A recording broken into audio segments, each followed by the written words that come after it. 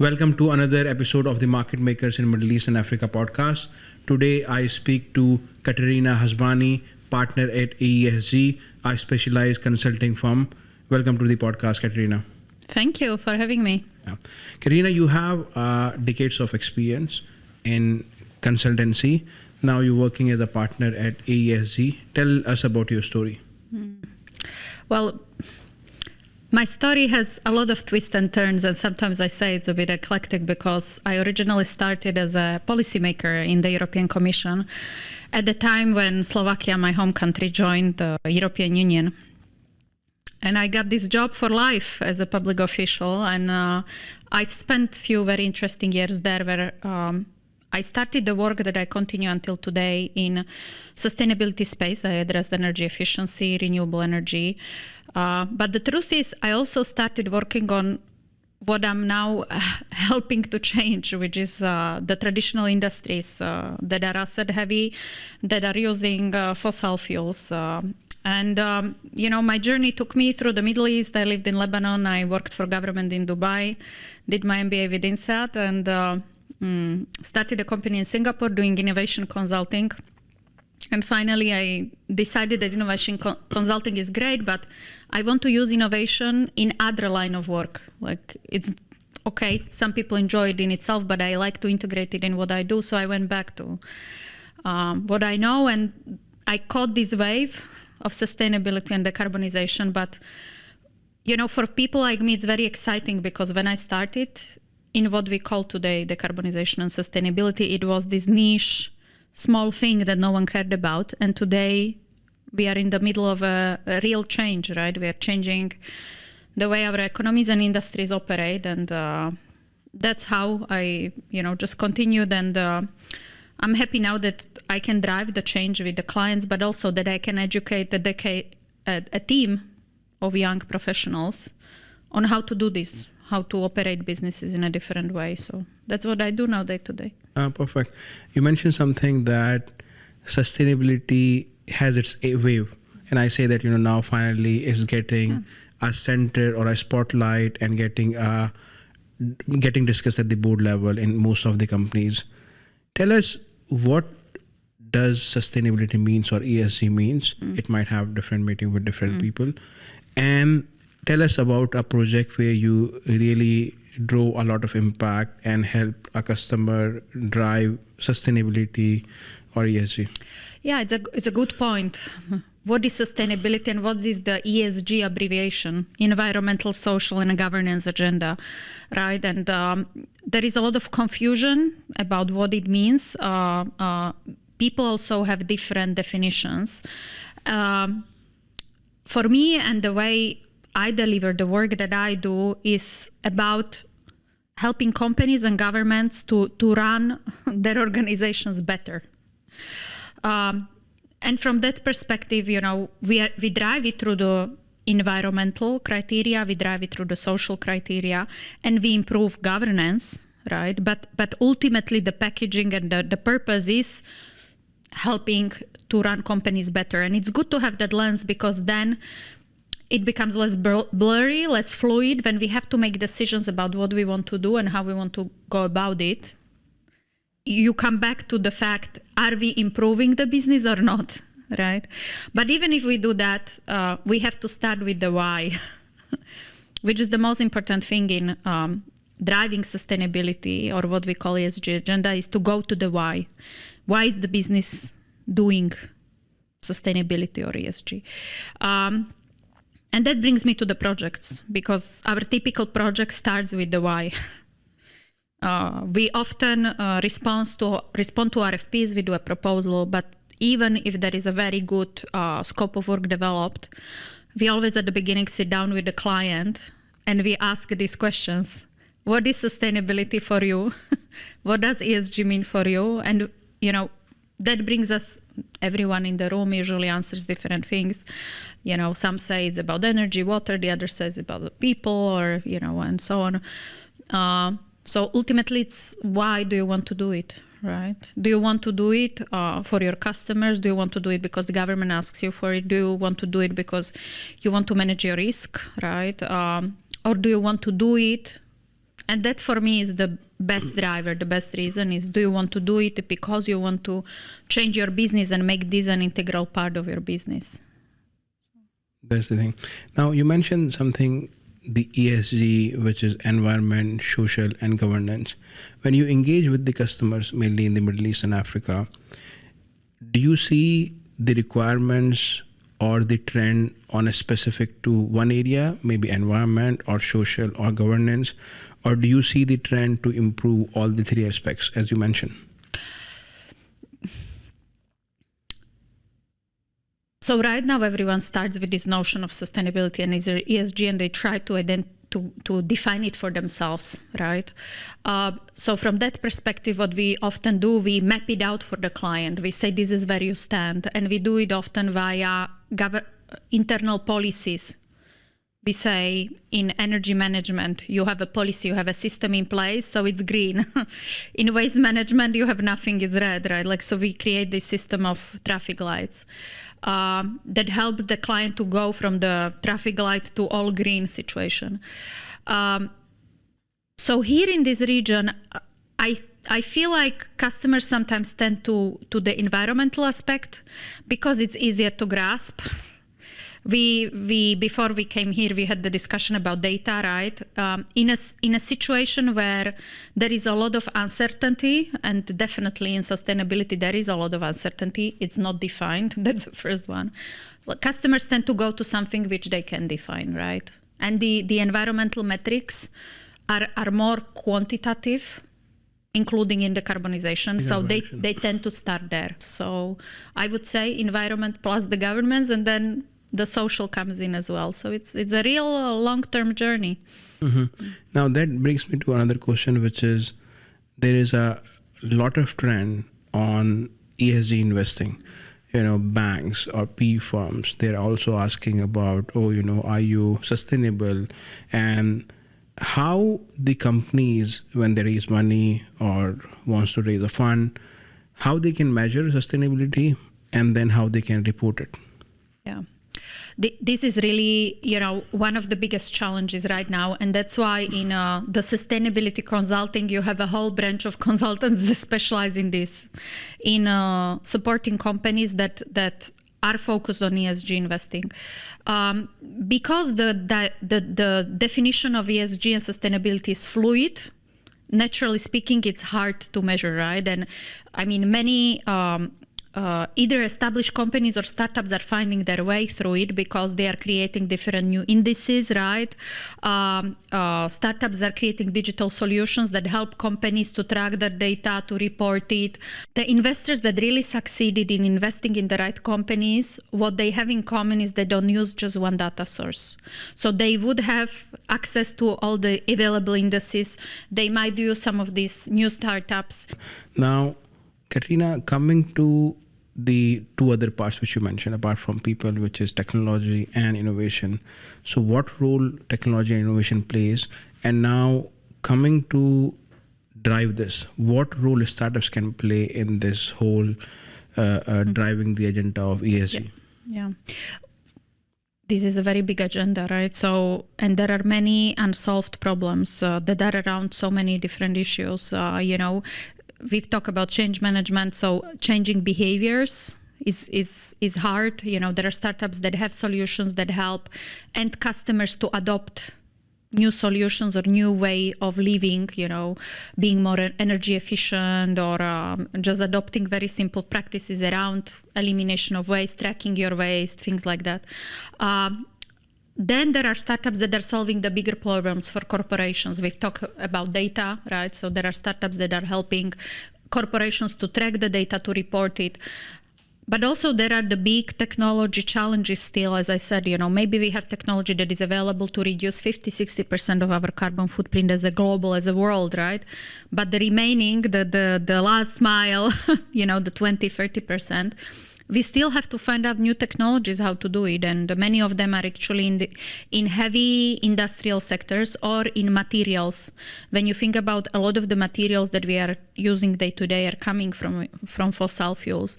So I see a lot of opportunity with startups that help to create new materials that are more sustainable, that are recycled or from materials that don't involve fossil fuels.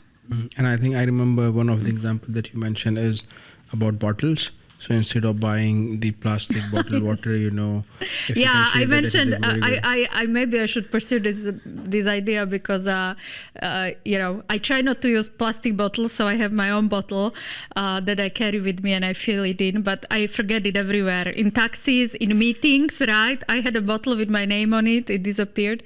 So I say I would like to have a bottle that when I go too far away, it starts beeping. So I remember to have it. Yeah, I think.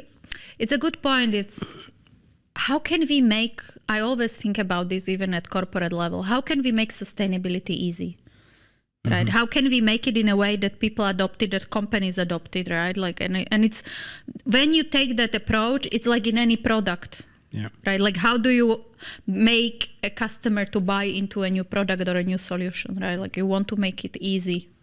Yeah. And when you engage with the customer, there might be situations where there are business realities. Maybe supply chain has to be maintained, or there is an impact on the environment, but at the same time, maybe it's not sustainable. How do you balance that part? The economic realities of doing something versus sustainability? Well, this is always the difficult conversation to have, right? So we go and we talk about the vision and like all the things that we will do, and we will integrate sustainability in the business. We identify the initiatives and then we cost them, right? We capex, opex, and that's where everyone is like, oh, right? That's when the why becomes important, right? When they get the bill. Right, because the bill will always be there. The cost of doing sustainability. The cost of doing sustainability will always be there. So it's very important at that point why you are doing it, because if the why is integral to the future of your business, you will be like, okay, maybe this is too high. I can do a few things differently. Maybe I can spread it across longer period. But you're committed to doing it, right? As opposed to, maybe who knows whether this will work, right? So there are studies that actually say that the CEOs that have succeeded in this transformation journey of integrating sustainability are the CEOs who, of course, do the studies, do the feasibility studies, do the budgeting, costing, but they believe in the why. They believe that this is essential to changing their business, to the future of their business, because at the end, the sustainability, in the sense of the word, is about longevity when you think about it, right? That long-term view and that belief is much more important in this agenda. And at the end, when you think about it, in any business, right? I mean, because we are learning today that if your business is just about chasing the next funding round, it's about chasing investors, you're not really chasing the real value, right? So I am always going back to some of the core principles of, I think, how to do business well. All right. This brings me to another question, which is, you mentioned sustainability has its wave now and is getting discussed at the boards. How do you see the trends in next 5 to 10 years? And what impact will it have on businesses and on people and society? Well, first, I'm not objective. I'm betting my career on this and my retirement. So disclaimer.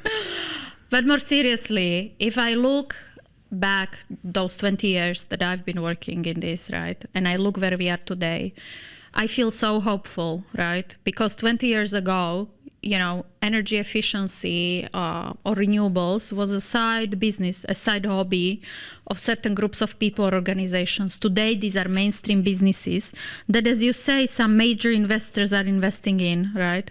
There is not enough investors and projects to go into. That's how the ESG investors are hungry. And being here in UAE, right, and having been here the first time maybe 12 years ago, like seeing the change that we have done, I cannot be but hopeful, right, that this is not just the wave, this is not just a trend. We are changing the way businesses operate. And again, going back to digitalization, you know, at the beginning of the digitalization wave, it was that fancy thing, right? You had to persuade your customers, there is this new thing, digital, like do it, you know. Today, if a business is not digital, it's not viable. Yeah. So this is the way I see the development of sustainability, and the same way that the decarbonization is integral to it, right? So I see very good things happening now. You made a good point about the time horizon, right? 5 to 10 years. It's actually 40 to 50 years. That's how much work we have to do. So, you know, in 5 to 10 years, hopefully we would have finished with some of the fundamentals, and we will get into a bit more sophisticated work that we need to be doing. And I see maybe the people will be more educated, more aware, more conscious about sustainability. And this is what will promote sustainable products. Or maybe in some cases, as you said, like digitization, it will force companies to be more sustainable, produce sustainable products, sustainable cars. And you're right. People don't adopt what they don't know, actually, right?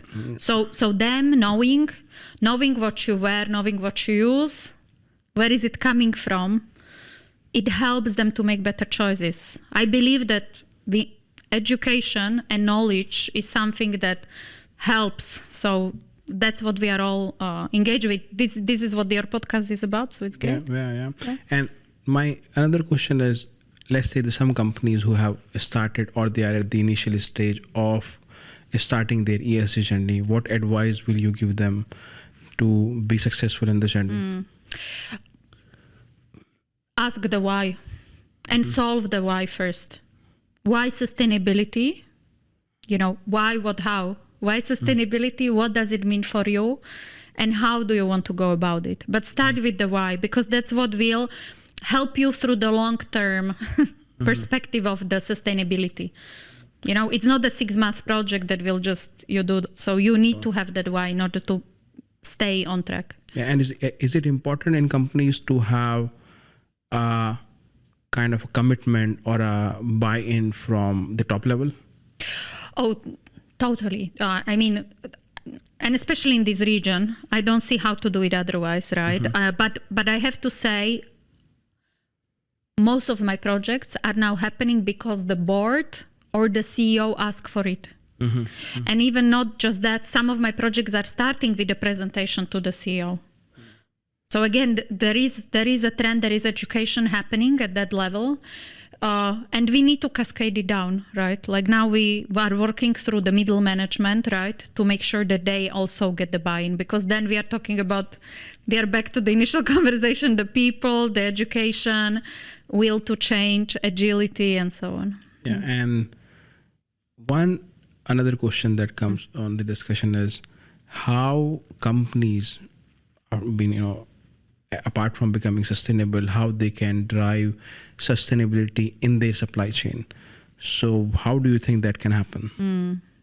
Well, I think no company, first we have to set straight that no company can really be sustainable without working with its supply chain, right? Because sustainability also means, in the way we are describing it, it means that you understand your supply chain, you understand your raw materials, you understand your contractors, where are they coming from, what are the practices that they are employing. So you really have, you know, there is a term that is now really getting into everyone's analytical framework, which is the life cycle analysis, right? So really understanding your business from all of the sides. So there are few steps. Knowing what is in your supply chain, just like step by step, what is my supply chain from me all the way to the raw material or start of the process. Classifying your suppliers, you know, understanding what are their practices on the metrics that is important for you, right? And then again, educating them, telling them, this is something new I'm putting in place. I want you to be compliant. This is how you get to it, to the compliance, right? Like, and you give them some time to improve. And if they don't improve, unfortunately, you know, and that's where the challenge actually lies, is that some of my customers are careful because they are saying, well, I have so few suppliers in this area. can I put this additional requirement on them? How will they react? When they are, Yeah. So, progressively, I think you it's a build journey. up. Yeah. But you build up that new capability in the market. You tell them, okay, I will upskill with you, right? You help them to get better, and maybe there will be something positive that will come out from that collaboration. And I think what you mentioned is the time horizon, or it's a journey, right? It's not like 6 months or 3 months or do it at once. My last question, Katarina, how can we engage wider public to make them more aware on sustainability, and what role businesses can play in this? Yeah. Well, there are a few ways. We can always run campaigns, educate, publish information, and provide training. And many businesses are doing good job today, right? In informing customers when they buy a product, is it sustainable or not, and so on. And here I use my public policy background. We've done so many studies on adoption of some of these sustainability practices. One in particular, energy efficiency, right? How to encourage energy efficiency. And we've done an analysis where we looked at how much it costs per kilowatt hour saved. And what came as the best tool is the pricing signal. Sometimes in order to send signal to a user, we need to send a price signal. And we are living in a society that was built on the fact that, everything is cheap. Everything can be made cheap. If you don't like something, you throw it away. You buy a new one. So, and resources are cheap, right? Because we are producing them at scale.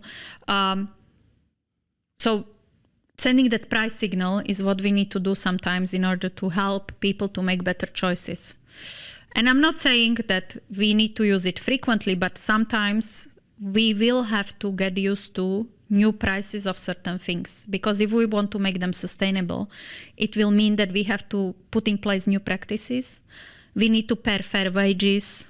We need to ensure that environmental protection happens, and so on. So that's the new world we are living in. Thank you very much, Katarina. It's really a pleasure to have you and to have a discussion on sustainability, which I think is a very important topic. So thank you very much. Thank you. Pleasure. Excellent. Thank you.